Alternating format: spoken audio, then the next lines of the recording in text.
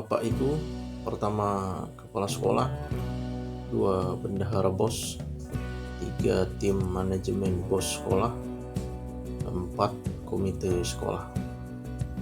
Berikut kami sampaikan informasi perihal masalah yang sering kali menjadi temuan oleh tim auditor pada setiap dilakukan pemeriksaan penggunaan dana BOS P tiap tahunnya. Informasi ini dimaksudkan untuk yang pertama menjadi perhatian dan dilakukan perbaikan bagi kita semua agar tidak terulang kembali.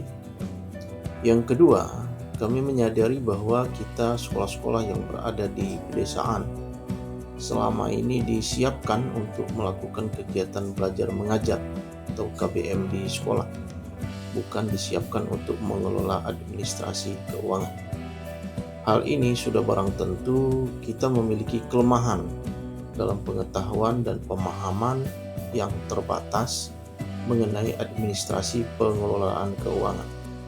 Tapi kita yakin semua yang terjadi bukanlah unsur kesengajaan, apalagi adanya niat untuk melanggar aturan, tetapi semuanya karena faktor pada masalah pengetahuan dan pemahaman yang masih kurang dalam hal pengelolaan keuangan.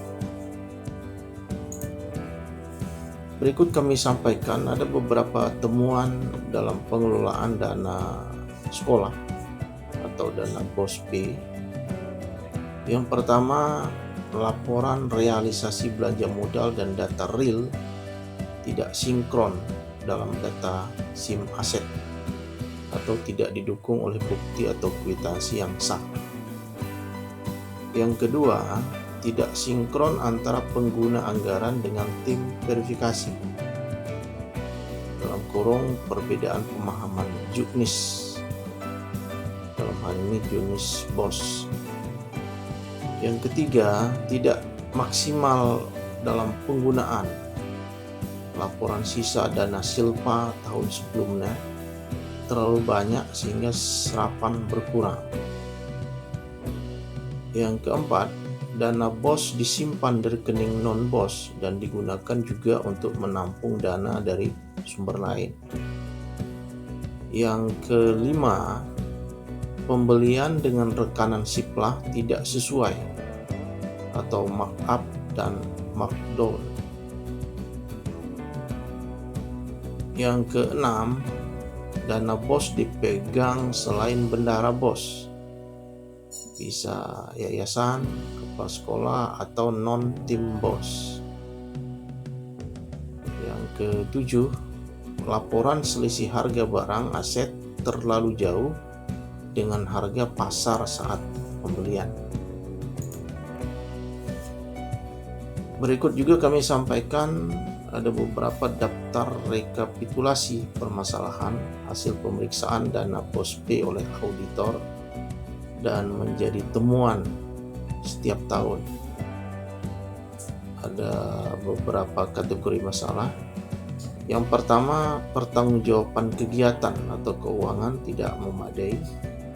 Yang kedua, ASN atau PNS menerima honorarium dari dana BOS. Yang ketiga, kelebihan pembayaran, baik ATK, konsumsi, fotokopi, listrik, transport, upah tukang, dan lain sebagainya. Yang keempat, publikasi laporan dana BOS tidak sesuai ketentuan. Yang kelima, RKS belum disahkan oleh Dinas Pendidikan. Yang keenam, persetujuan penggunaan dana BOS dalam kurung tim BOS sekolah, guru, dan komite belum ada. Yang ketujuh, inventarisasi dan kodifikasi barang belum dibuat. Yang kedelapan, perencanaan penyaluran atau penggunaan dana BOS tidak memadai. Yang kesembilan, kemahalan harga, baik konsumsi, listrik, maupun barang. Yang kesepuluh, PBJ tidak menggunakan siplah. 11. Penggunaan dana BOS tidak sesuai RKS atau perubahan RKS tidak dilakukan. Yang ke-12, saldo uang kas bendahara dana BOS melebihi 50 juta. 13, selisih pembayaran dana BOS, data siswa tidak sesuai. 14, belanja pemeliharaan dari dana BOS tidak sesuai ketentuan. 15, jasa giro atau bunga bank belum di-store kas daerah atau negara. Ke-16, kekurangan volume baik ATK dan buku. Yang ke-17, kelemahan pengelolaan barang persediaan atau habis pakai. Ke-18, ketidaksesuaian realisasi belanja di BKU dan bukti pertanggungjawabannya. 19, laporan kegiatan belum dibuat. Yang 20, naskah perjanjian hibah atau NPH belum dibuat. 21, pajak belum dipungut atau di-store. 22, penatausahaan atau BKU belum tertib.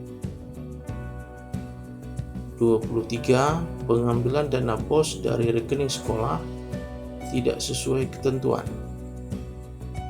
24, RKS belum disahkan Dinas Pendidikan atau belum diinput ke aplikasi di Kemendikbud. 25, spesifikasi barang berbeda. 26, aset atau barang digunakan oleh pihak lain. 27, barang yang dibeli sebagian atau seluruhnya tidak berfungsi atau belum dimanfaatkan, misalnya CCTV. 28, barang yang dibeli sebagian atau seluruhnya tidak berfungsi atau belum dimanfaatkan, seperti masker. 29, dana BOS belum disalurkan, pulsa atau kuota siswa. 30, dana BOS disimpan dari rekening yayasan. 31, keterlambatan penginputan dana BOS dalam BKU pada aplikasi. Ke-32, ketidakwajaran pengeluaran belanja konsumsi. 33, pembelian aset tidak dianggarkan dalam belanja modal. 34, penerimaan kembali dana BOS pada BKU belum dilakukan. 35, SK penetapan tim manajemen BOS sekolah belum dibuat. 36, susunan keanggotaan tim BOS tidak sesuai dengan ketentuan. Mungkin itu saja informasi yang sering menjadi masalah atau temuan dari pihak auditor pemeriksa dana BOS.